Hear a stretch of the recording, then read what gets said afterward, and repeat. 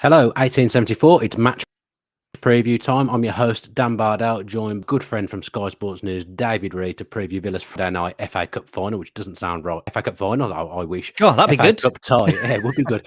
FA Cup tie even on Friday, which doesn't sound right. Aston Villa against West Ham. Also, Villa's 150th anniversary game in their 151st year with 7,000 West Ham fans and a new kit as well. David, how are you? I'm very well, thank you. FA Cup provides another opportunity to go and win a trophy, but our record is awful. It is, isn't it? I saw a terrible stat for Villa's last FA Cup home. I think they're 1 in 6 or something like that. I saw in the FA Cup at home. So that's terrible. I've got a feeling Paul Lambert might have been the manager the last time Villa won a game in the. Oh no, that can't be right. Maybe that since we got to the final on that run in the season, we nearly went down under Tim Sherwood. Maybe that is the last time we actually won an FA Cup title at Villa Park. I've got a feeling. Someone will tell us in the comments. I bet you it's the West Brom game. I don't know, but I bet you it's that West Brom quarter final that we won. Anyway, let's crack on with the show. Of course, Luke Roper sponsoring as always. Use the code TVV20 if you want to get 20% off. Oh, we've got infamous JT, so probably not John Terry because he's not infamous. Finally catching a show live. Good morning, Dan and Dave. Good to see you, infamous JT. Maybe Justin Timberlake. Not sure. Can't think of any other JT. Jacob Tanswell, John Townley. A lot of JTs knocking around in the Villa stratosphere. Let's start with three JTs. Three carry JTs. Carry on. Oh, Dave Reid had a great Sky Sports shout out. I don't know what that means. I'm assuming that was Anton who was at Wolves. Don't know whether you saw the video. No. So Anton came on the transfer show and he was at Wolves on Monday night for the Monday Night Football. And he said, when he got to the ground, a guy on security asked him whether he knew me, which is really that is unbelievable. That is unbelievable. And then went on to say how much he enjoys my work. So, whoever that person is, I appreciate you. Happy New Year.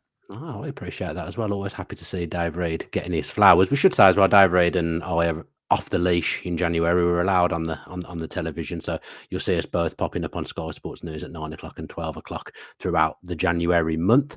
Let's talk about this new kit then, Dave, to start with. I think it comes out tomorrow morning. I'm sure a lot of Villa fans, a lot of collectors will be eager. Of course, the image doesn't work that I've loaded up. Oh, is it coming? Worked in rehearsal. We did work in rehearsal. Doesn't want to work now. I'm going to try and do this on the fly because I'm good like that whilst we're on the show. I reckon it's going to pop up right there. We go. Rehearsal did work. Rehearsals always go brilliantly, whereas the live never seems to. So that's the new shirt, Dave. One-off shirt for the game, celebrating Villa's 150th anniversary in their 151st year. What do you make of it? Yeah, I like it. Yeah. I mean, it nods to the heritage. I like the colour. I love the fact that James Chester's on some of the the imagery. It's really random that they didn't call back loads of people. It's just like 2 or 3 dotted around. Like, I love James Chester probably more than anyone's ever loved James. I love James Chester more than his wife loves him. I'm pretty sure. But I did think it was quite random that like it was just like Chester, Tony Daly, and was it Mortimer there? I can't remember. Possibly. I haven't seen the full images, but I saw a screenshot of him. Yeah. I mean, this will be the only time we see John McGinn in the shirt because he won't be playing on Friday night in it. But yeah, one-off shirt. Be weird to watch Villa playing black at Villa Park, I guess. A little bit. It's available. It's available to buy, isn't it? Tomorrow, I think. Right. Okay. Are you going to buy it? I mean, if my girlfriend's watching, absolutely not. No chance am I going to spend any more money on football shirts. But if she's not, yeah, I think I'll probably buy it. What about you? Not sure yet. I'll have to see it in action first, I think. The problem I've got is that I collect the shirts and I've got every shirt from every season since I've been going. So if I don't get that doesn't work for the collecting. I've got a feeling it might go pretty quickly. So I don't know. I don't want to scare among people. Actually, no.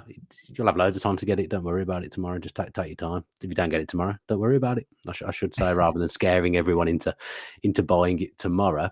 Let's talk about the game. I might leave this on the screen. I quite like it being there like this as we. It's like John McGinn's joining us. Yeah, it's quite comforting to have Captain John McGinn next to us whilst we talk, Dave. I won't. I'll take us back to the normal screen, but maybe I'll flash it up again through the show. And if you're listening via audio, it makes no difference to you what I do because you can't see, obviously, because you're listening via audio. Right. I've put in the title, How Seriously Will Villa Take the FA Cup? If the last few years has taught me anything, it's that Unai Emery doesn't really take the domestic cups massively seriously. Do you think Villa will this time round? No, because of that track record, which I think for at least a portion of the fan base, I think is a little bit frustrating Yeah. because it's an avenue to a trophy, and Aston Villa supporters would love to win a trophy. And I think, eventually at some point in the future, whether it's 3, 4, 5, 10 years down the line, if Unai Emery leaves Aston Villa and hasn't won a trophy, which I think is unlikely, but if in the unlikely event that You he say hasn't that, won a but trophy, the history tells us that it might be likely. Maybe we'll just consistently qualify for the Champions League and Europe and not win a trophy. yeah. And if his tenure were to come to an end and he hasn't got a trophy, I think that would be a real disappointment. A real disappointment. Now, it depends what legacy he leaves, and I'm jumping way ahead here, but there could be a legacy whereby Villa are annual qualifiers for the Champions League, in the top four every single year without a sort of concern about getting there, with brand new facilities at Villa Park and around the ground, and a kind of legacy that will live on for another generation. So that is a possibility. But if he does leave and there is no trophy, I think that would be disappointing. And the FA Cup is an avenue to get to that trophy, as is the EFL Cup. And if I was the manager, which I'm not, and I don't make any decisions, I would be treating the domestic cups with a little bit more importance than perhaps Villa have done so far. That's not to say that Emery's kind of sacking it off and saying go out there and just relax, and whatever happens will happen. He wants to go out and win the game. But I just think maybe from the team point of view, the players that he's picking haven't really taken an opportunity that's been in front of them when he has rotated in domestic cups. And I think for various different reasons, it's not kind of worked out that way, that Villa have progressed very deep.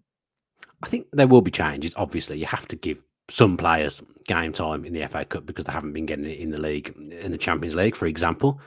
Put Emi Buendia in. I've got absolutely no problem with that whatsoever. But don't surround him with other people that haven't been playing. I think you've got to try and get the balance right, get the mix right when making changes. And wholesale changes just never works. If you change 10, 11 players, it very rarely works. And we saw that in the Crystal Palace game in the FA Cup. If we do that, we will probably come a cropper because West Ham haven't got Europe and they're in a bit of a bad moment at the moment. Obviously, they've got the managerial turmoil going on at the moment as well. I would expect them to probably go with their strongest 11. My thought with the FA Cup is that it's not as disruptive as the League Cup because most of the games are at the weekend. I get then that some of your Premier League games have to move, but then depending on who your fixtures against, your game could move anyway because the team that you're supposed to be playing at a weekend is playing in the FA Cup. So I think the FA Cup's not as disruptive as the League Cup. I want to win a trophy. Obviously, I did say last season that top four was more important than the Conference League, but I got to be fair to the cups. If I was to pick a cup to win other than the Champions League and the Premier League, I would pick the FA Cup over winning a Conference League. I would pick that over winning a Carabao Cup. So many Villa fans of all kinds of ages haven't seen Villa win an FA Cup. We haven't won it since 1957. I've been to a couple of FA Cup finals and watched us lose, which wasn't a very nice feeling. The year 2000 and 2015 was the other one, I think. So I've seen a couple of FA Cup finals that we've lost. I'd love to go to Wembley and watch us lift the FA Cup with my dad. That would be something that would be a dream come true, and I'm sure many others feel that way. So the last few years when we have kind of thrown it, it has been a little bit disappointing. Yeah, I totally agree with everything you just said there. I think last season, I think the position that Villa were in the league surprised a lot of supporters, and therefore, when the FA Cup rolled around, I think you would have much more of the supporters last year saying, "Well, let's concentrate on the league." And then maybe secondary the Conference League. Whereas this time around, not necessarily because Villa aren't in the position that they were last year, I think there's just the realization that Villa are good enough and this team is good enough to go deep in cup competitions. And you saw with Newcastle last night against Arsenal. Hell of a win. Well, exactly. There's a team there that I would suggest they're on a similar level to Aston Villa, that have been able to go deep in a competition and might now be on the cusp of a Wembley final. So I think when you look at other clubs and the way they've tackled domestic competitions, you would like to think that Villa are on a par with those clubs and are able to have the quality within the squad to do better. And I think that's something that's changed from last year. I think you looked at the bench last year and there weren't too many options. Yeah. And I think this time around, because of what Villa did in the summer, they raised the floor of the quality of the squad, and the people that are coming off the bench now are of a much higher quality this time around than perhaps 12 months ago. So I think the fact that Villa have a better squad depth enables them to perhaps have a bit more concentration on the FA Cup and the domestic cups. My feeling is that obviously, I think the plan would have been to take it seriously. Obviously, the club have chosen this game for reasons which I won't go into that I think are a little bit false. They've chosen this game to celebrate the club. The club's obviously iconic history and glorious history and tradition. So they've chose that game. So I think that would put Emery under a little bit of pressure to maybe take it more seriously than he perhaps would have done. But we have a massive game on Wednesday in the Premier League against Everton. And this game has come round at a time where actually we've just started to struggle with injuries again and players are just starting to fall by the wayside. So with that in mind, it makes me think that he might rotate a little bit heavier than the original plan because he won't want to risk any more injuries. Yeah, I think that's a possibility. I think you're right insofar as the fact that there is the 150th anniversary puts a little bit more emphasis on the team that's selected.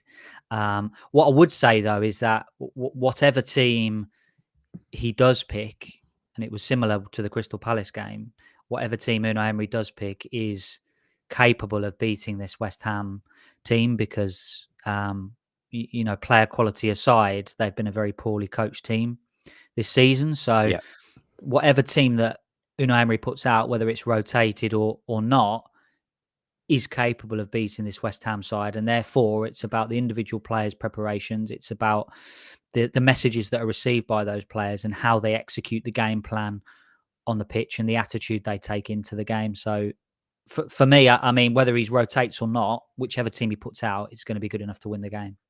Well, let's try and work through and try and maybe guess what the team might be. We'll start with goalkeeper, which is always a feature of debate when these kind of cup games roll around, because stereotypically it has been Robin Olsen.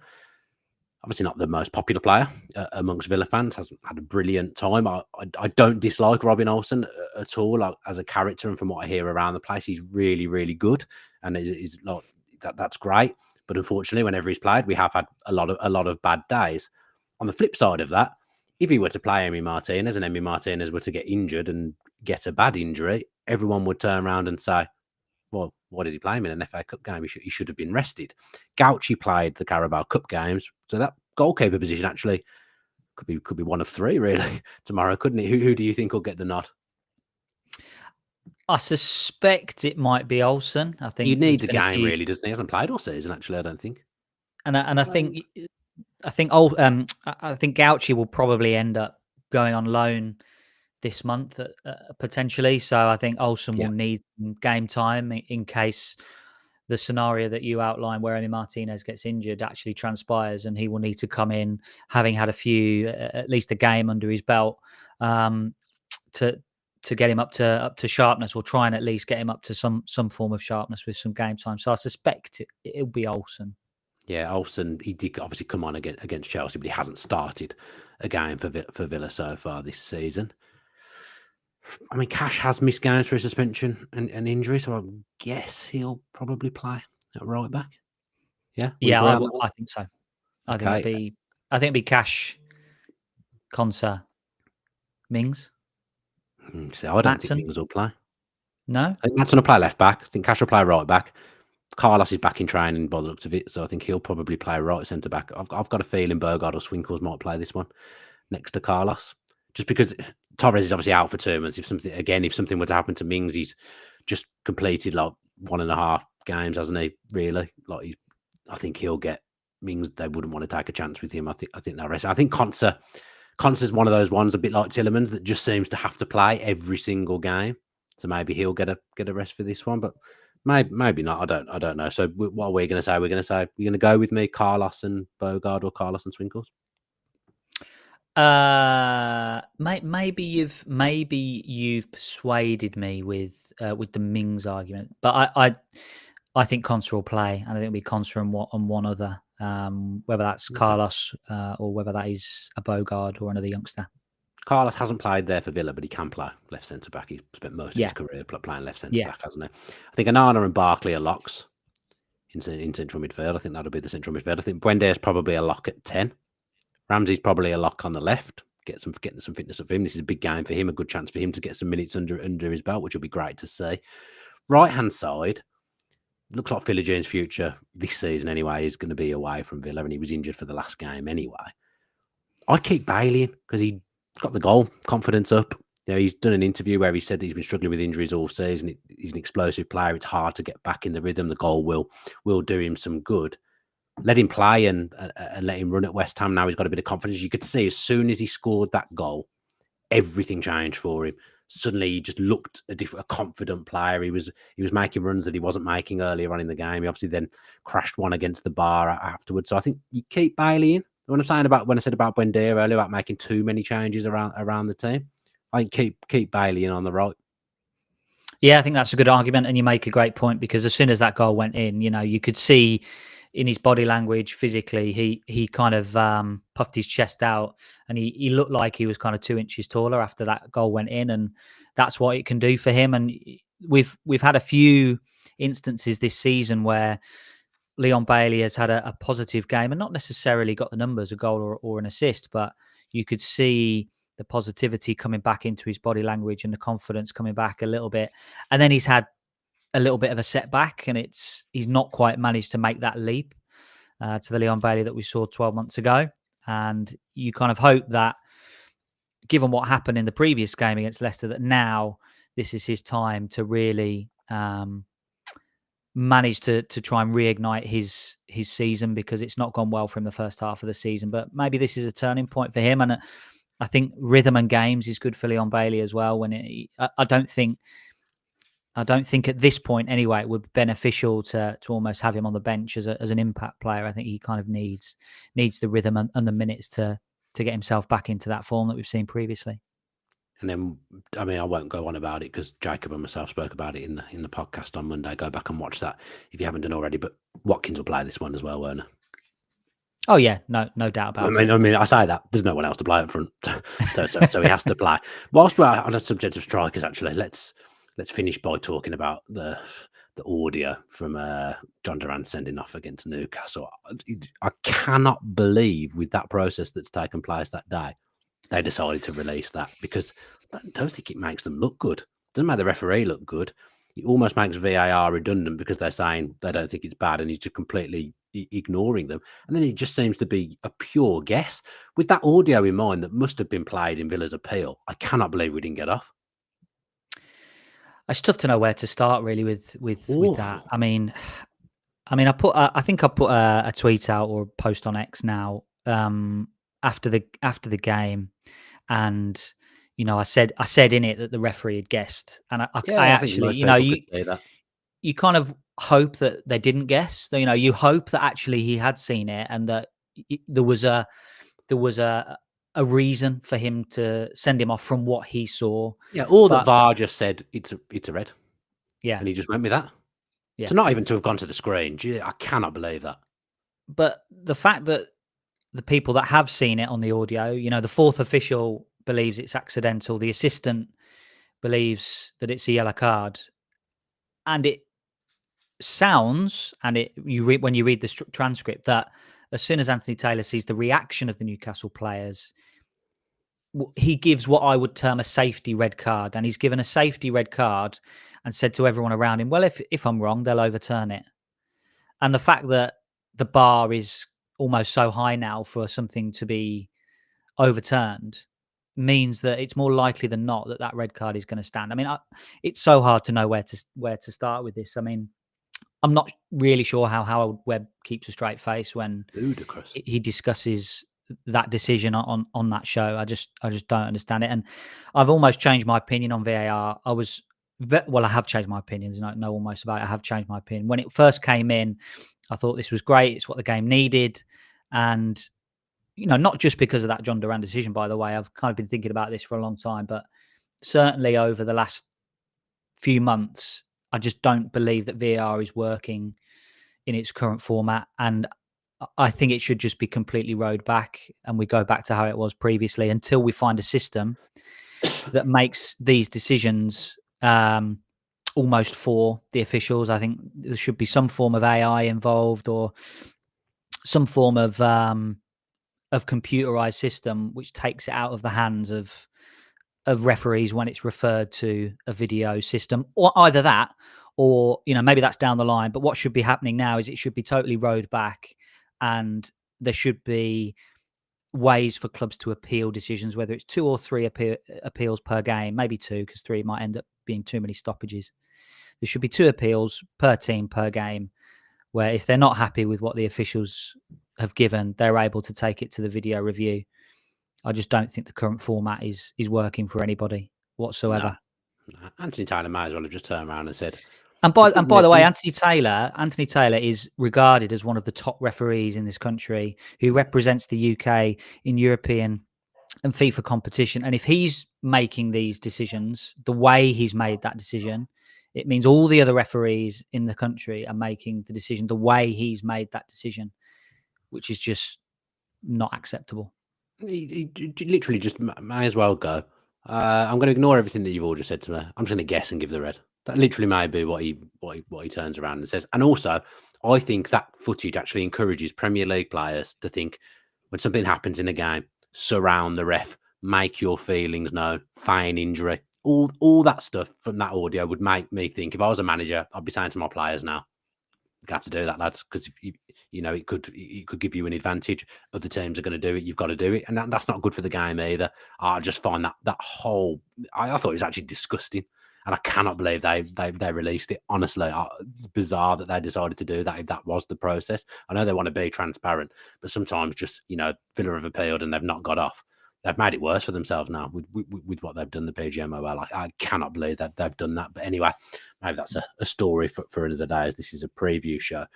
Right, let's call it there, Dave. Thank you ever so much for joining me. It was a pleasure to chat to you. And as I mentioned earlier, you'll see Dave and I on Sky Sports News across the month of January. When are you next in? Friday. So watch out for Dave Reed on Friday. I'm doing every other Friday, but not this one for some reason. So I'm not in on Friday, but back in next week. No, I don't know. It's still about it. I'm not sure. I'm doing every single Friday in January except for this Friday. But never mind. I would have loved to have worked with you, Dave. But we're together on Tuesday, actually, aren't we? We are on Tuesday. So that'll be a good show, I'm sure. Thank you to those that have joined us live, and thanks to those that have listened via video and audio. Do all the things that I bang on about every single week. Enjoyed that, so thank you very much. And yeah, don't get the kit at 9 o'clock in the morning because you don't need to. No rush at all. Only one thing left to say.